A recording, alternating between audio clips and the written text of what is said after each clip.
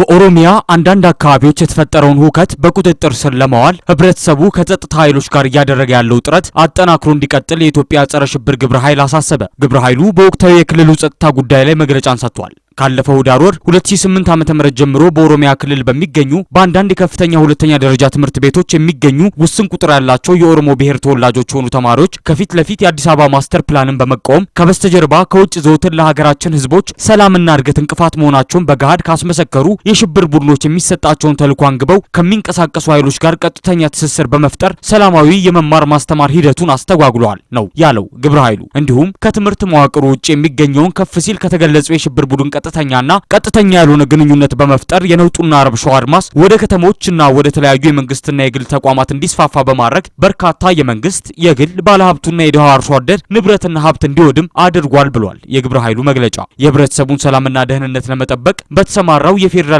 የኦሮሚያ ክልል ፖሊስ አባላትና የመከላከያ ሰራዊት አባላት ላይ የሞትና የአካል መጉደል አደጋ መድረሱንም አመላክቷል። በመሆኑ የኢትዮጵያ ጸረ ሽብር ግብረ ኃይል ህገ መንግስታዊ ስርዓትንና የህዝቡን ሰላማዊ የመኖርና የመንቀሳቀስ መብት ለማረጋገጥ አስተማማኝ ለማድረግ በሽብርና በአመጽ ኃይሉ ላይ የሚያደርገውን ህጋዊ ተመጣጣኝ እርምጃ አጠናክሮ ይቀጥላል ብሏል። የጸረ ሽብር ግብረ ኃይሉ ይህንን እርምጃ በተከታታይነት ሲወስድ መላው የኢትዮጵያ ህዝብ እንደ ከዚህ ቀደሙ አካባቢውን በመጠበቅና ከጸጥታ ኃይሎች ጋር በመቆም የበኩሉን እንዲወጣ ያስገነዘበ ሲሆን በተለይም ችግሩ ጎልቶ በሚታይባቸው አካባቢዎች የሚኖሩ ዜጎች እስካሁን የሽብርና የአመጽ ኃይሎችን እኩይ ተግባር ከማክሸፍና አካባቢያቸውን ከመጠበቅ ባሻገር ከጸጥታ ኃይሎች ጎን በመቆም እየተፋለሙ የህይወት መስዋዕትነት ጭምር እየከፈሉ እንደሚገኙም ጠቁሟል። ለዚህም ግብረ ኃይሉ ምስጋናውን አቅርቧል ሲል ፋና ብሮድካስቲንግ ኮርፖሬሽን ዘግቧል።